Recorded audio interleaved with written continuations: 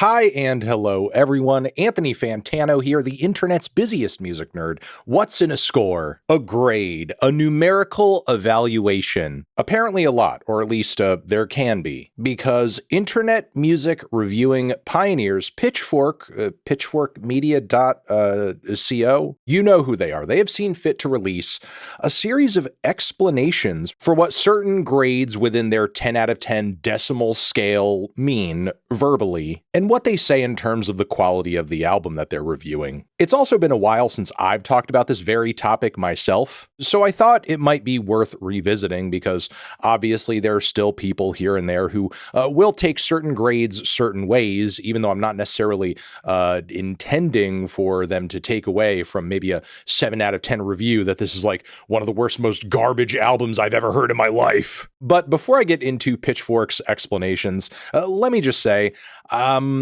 grading systems these days are kind of all the same. While over the years and all my time writing and reading reviews, I have seen a handful of novel grading systems here and there that might be based on like color or something like that. For the most part, whatever website or critic you are reading, if they are going to be giving some kind of grade or evaluation of a project, they're pretty much working off a 0 to 10 scale to one degree or another. Because what is an A- if not a 9.0? What is a 5 out of 10 if not a 2.5 stars? Of course, there are some exceptions and nuance to these grading scales and the differences between them, but at least in my opinion, their major functions are all the same, and which one you're using all kind of depends upon your style and maybe the vibe you want to give off. So with that being said, let's look at Pitchfork's various score ranges here and see how much of these explanations line up with what I'm trying to communicate when I give a certain score. Okay, first off, 0.0 to 0.9, worthless. Just worthless. Okay, while I guess I do agree with that in a sense, this is one of the more scant explanations of any of their score ranges. And if you are going to slap something with like a 0 out of 10, I would think that you might have a little bit more to convey about it by giving it that score. Like, for example, if I am going to give something a 0 out of 10, a decent 0, a strong 0, maybe even like the lightest of ones, I am pretty much communicating that this is like going to be one of the worst things, in my opinion, that you will ever hear, or at the very least will hear this year. So while yes, in one sense, an album getting that score could be worthless, it's also so terrible that it's nearly shocking. And I will say scores within this range aren't necessarily all bad, because some albums this terrible can actually be so awful that they're entertaining to some degree. A so bad it's good kind of situation, which I think very much works in music as it does in film, at least for me. I know there are some people that can't stand bad music regardless of how funny it may come across in some contexts. But yeah, around the 0 out of 10 range, you're talking like deep levels of awful, so bad you almost can't look away. Then from here, Pitchfork says 1.0 to 1.9, terrible and symptomatic of some kind of larger problem in music or the world, which is like such a broad definition.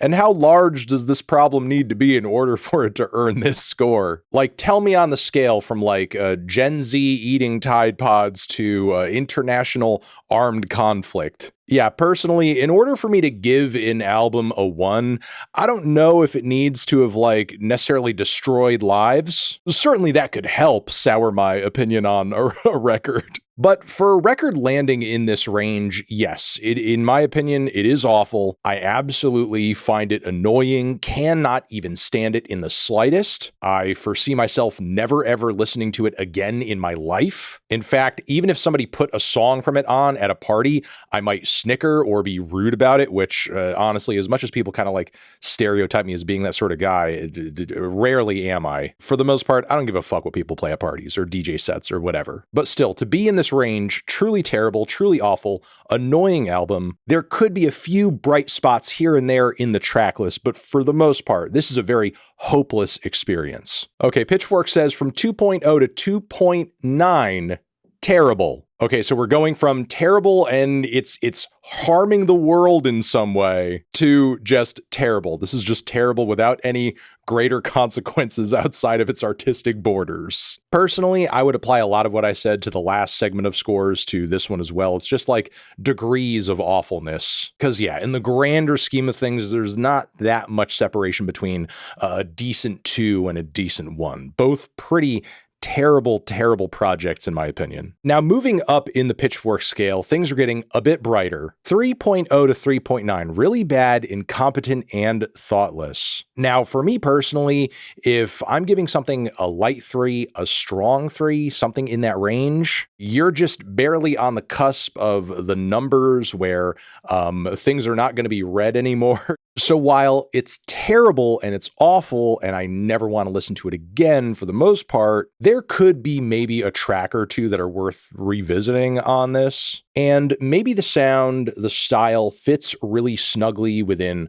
a trend going on in music, either a current one or a classic one. There's some level of focus to what's going on the record. There is a vision, but the execution is incredibly poor. Like maybe there's a level of coherence there, but there's far better compared to what you're going to hear on this that you could be listening to instead. Now, moving on from there, 4.0 to 4.9, Pitchfork says, pretty bad. I would mostly echo this, but also add, in addition to this, yeah, this is a bad project to me. This is a project I don't like overall, but considering that I do usually take into account how many songs across an album are appealing to me, there could be at least a few songs, 3-4 tops, that I think are okay. Not great, not amazing, just kind of all right. And even though I don't like this project, there are most likely going to be some people out there who this will appeal to. So sometimes reviews that are landing in that, 4, light 4, strong 4 range, it could very much be like it's just very much not for me sort of thing. Which, I mean, after doing this for years and covering so many records, I do have a pretty strong sense of like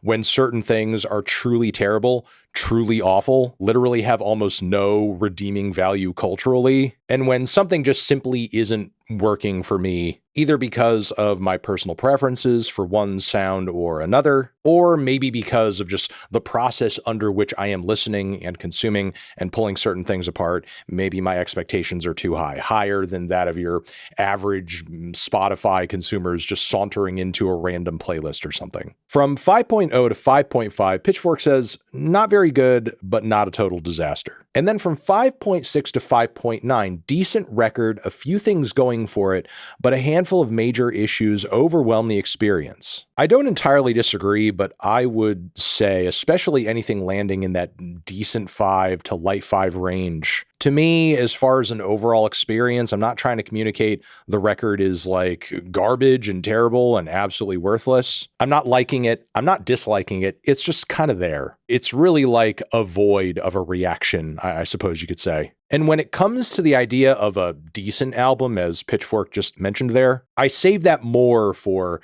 like anything in the 6 range. This is where I'm essentially saying my overall experience of this album, even if I'm not crazy about it, head over heels about it, was pretty much positive. There are definitely highlights here, elements of style that are admirable, maybe a few bangers and highlights that I see myself playing here and there throughout the year, but also there are some low points too. And as an overall project, maybe it doesn't come together all that well. Could be all over the place, could be kind of a mess, could also be very one-dimensional too. And that's kind of the thing. There are numerous reasons why albums within these ranges can earn these scores. It's not always the same reasoning, the same criteria all the time. And I do think there are some people that don't really reckon with that fact. But Pitchfork says in terms of the 6.0 to 6.5 range, pretty good, not great, some unavoidable issues, but interesting. Fans of the band or genre will get the most out of it, which I think is something worth communicating about any album in this style too. Might be more something for diehards, that sort of thing. Then moving on to 6.6 to 6.9.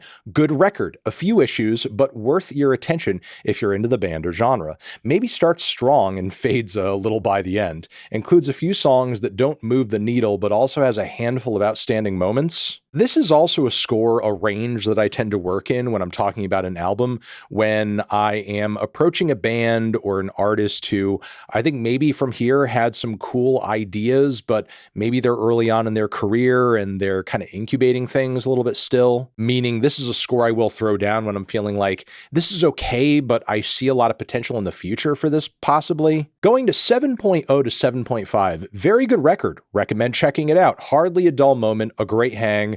Maybe plays it safe, but executes everything very well. Maybe takes some risks, but doesn't land everything perfectly. For me, this is a project that overall might have several weak spots on it. 4 songs that are either super bland or maybe even terrible to some degree. Maybe even runs pretty consistent for the most part, but has a super weak start or a super weak finish, doesn't nail the landing. But there's still some great moments, and if you squint hard enough, you can kind of see what it's going for. Like, you don't really need to alter the concept or the idea of the album too much in your head to sort of see what could potentially improve it. It's not like a mess strewn about the ground or anything like that. It's mostly a coherent vision. This is a record that has focus and heart and energy to it. What's holding it back essentially is just a bit of inconsistency and maybe even a lack of a distinct style or sound. And while they are listenable and they are consistent and enjoyable while they're on,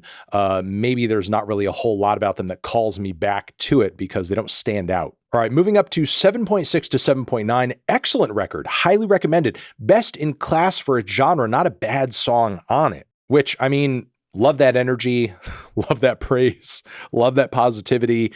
For those kinds of categorizations and comments, I would usually save those for something that's a little bit higher, like best in genre, either for the year or for a longer span of time. I'm thinking more like in the 8 to 9 range. So now moving on to 8.0 to 8.5, essential listening, among the best records of the year, shows a mastery of craft or taps into the sublime, feels a part of the zeitgeist, steps out of its genre, takes big risks that pay off. Which some of that I do echo if I were to give something like a light 8 to a decent 8. But I don't know. I don't think a record needs to step super broadly outside of its respective style or, aesthetic focus in order for it to land in this range. It just needs to do that particular thing super duper duper well, like really excel at it in comparison to its competitors. But I find it interesting that,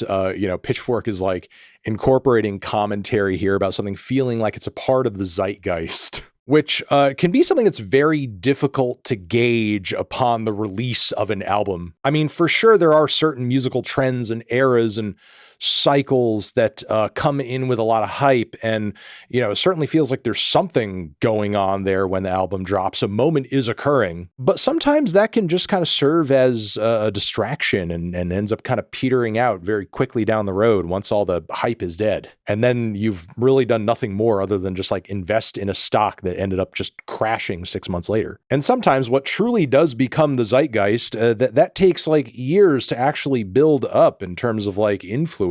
While there are publications that are well within their right to, make those kinds of calls and guesses, and sometimes I've had those feelings myself, of course, I have a hard time reckoning with the idea of like working that into my scores in some way. Like, for example, when I reviewed Kendrick Lamar's To Pimp a Butterfly and I gave it a 10, did I love it? Did I think it was a mind-blowing album? And in addition to that, did I also feel like on some level this album was going to have some kind of major significant cultural impact in the near future? Yes, I did. But also simultaneously, when I gave Lingua Ignota's Sinner Get Ready a 10 out of 10, I was in no way trying to communicate, yeah, this album's going to have the same kind of a commercial run T-Pab is. No, I did that and I said that because I thought it was a really emotionally powerful experience, well produced, well composed, incredibly written, incredibly performed. And I would absolutely slap another record that I felt those same things about with the same score, regardless of sort of how much hype it was generating prior to its release or in the aftermath. 8.6 to 9.0, a major statement worthy of your time and energy, no matter your taste, transcends genre, claims new ground, a total and intentional work of art, possesses an aura that makes it vital to its genre, its era, or the artist's career. Yeah, I mean, within this score range, from giving something a strong 8, light 9, we are kind of talking about like at least one of the best albums in a certain artist's discography, and at the very least, one of the best records you're going to hear within that year for a certain style. May also be, in fact, a record that I find myself coming back to years down the road. So to me, that kind of album is what is landing in this range. The entire track list, for the most part, is fucking fire. Maybe save for a song or two that is just like okay. And in terms of being charitable, an album I'm giving a light 8 to can even have a song on it that maybe I don't like really at all. Like a single skip, a single possible skip. But like from this 8.6 to 9.0 range, we're talking like absolutely no skips whatsoever. Even the tracks that you're not crazy about are at the very least like listenable, enjoyable. It's not just an assembly of tracks. It's a body of fucking work that either through a concept or just a lot of cohesion aesthetically and musically just comes together very well. Because again, keep in mind when we are reviewing albums and we are scoring albums, we're talking about the listening experience of hearing that album as a body of work. We're not just talking about whether or not we like a bunch of tracks within this 35 song slop fest that some random artist threw together on an entire project and just pooped out into the world. That's not to say long albums can't be good. Certainly they can. There are a lot of long albums I love to death. But often those albums, while still being long, are also very carefully curated and have a very precise, well thought out flow to make sure that 2 or even 3 hour listen sometimes is not a daunting one. But yeah, I would also echo sentiments here that something landing in this range is often so good for whatever it's doing. I think music fans broadly should be trying it out, even if it's in a sound or a style or from an artist that you're not super familiar with, because often these are the kinds of albums that end up being like, they're really great big gateway projects. And getting closer to the top here, obviously, 9.1 to 9.9, a monument, an instant classic, sounds ahead of its time, sounds timeless, immediately belongs in the canon. Entire genres could be created in its wake. Okay, that's kind of insane. There's so many records I would score in this range that did not have entire genres built off of their sound, nor did I expect that either way, at least for me personally. A record that I am talking about in this range, like a light 9 to strong 9 range, when it comes to a year-end list, that is undoubtedly like a top 10 record for me. And if I haven't given something a 10 out of 10 within that year, like this is the kind of album that for me personally has the potential to be like an album of the year. This is the sort of release that when I hear it, I'm thinking this is one of the best albums I've heard from this artist. This is one of the best albums I've heard in this style in years. This is the kind of album that I could see people going back to 5-10 years from now and thinking, holy shit, this is like, really holding up as some great stuff. Maybe not a record that is ahead of the curve or a record that is going to be broadly influential, but an album that I personally foresee as like it's going to retain its listening value, regardless of whether or not that's like the kind of record I would just listen to casually while I'm driving around or doing whatever, or one of those like, deep, intense headphone listens where you like really need to be giving it your undivided attention. The kinds of albums that immediately like whip me up emotionally and pull me into their world are impeccably consistent, unique, and creative, standout sound, style, production, quality writing throughout, not a weak moment on it for the most part. Maybe there's a little something about how the flow or the greater vision of the record comes together that leaves something to be desired. But for the most part, anything I'm giving a 9, anything I'm slapping with a score in this range, to my ears, is excellence. Just impressive on all fronts, and I'm not sure if there's much more to say than that. Then there's Pitchfork saying that a 10 essentially stands for a masterpiece, one of the best albums of all time, will be culturally and aesthetically important many years from now in some way. Which, again, as I said earlier, that's a really tough call to make. I mean, even in the case of Pitchfork, they have given 10s to albums that did not really go on to make much of a cultural impact down the road. And honestly, at the end of the day, I don't think an album needs to be perfect or great as an album experience for it to be super influential or for it to be culturally or aesthetically important. Still, though, a 10 for sure to me is kind of like a masterpiece album. Over my years of reviewing and having covered thousands of albums at this point, I haven't even given out 10 out of 10s. It's not something that happens that often. So, I mean, I think that alone says just how rare it is that you run across an album of that quality in terms of every song being necessary, incredible, overall flow of the project being consistent. And typically projects that are this good to me have at least some kind of like X factor, something that truly makes it a unique listen and experience, something you really cannot get anywhere else, even from other artists or records within that lane. It's just something very specific to this album in terms of how it sounds or the message it conveys or its performances, and pretty much every positive thing I had to say about records that land in the, light 9 to strong 9 range also apply to this too, but even more so, of course. And there you go. That's pretty much like the rundown of my scores, Pitchforks as well. Let me know what you think about all of this in the comments. Are scores even necessary at this point? You'll have to let me know. And if all of you in the comments say no, they're not, I will stop scoring albums forever. But only if it's something that all of you agree on. Not a single person can disagree.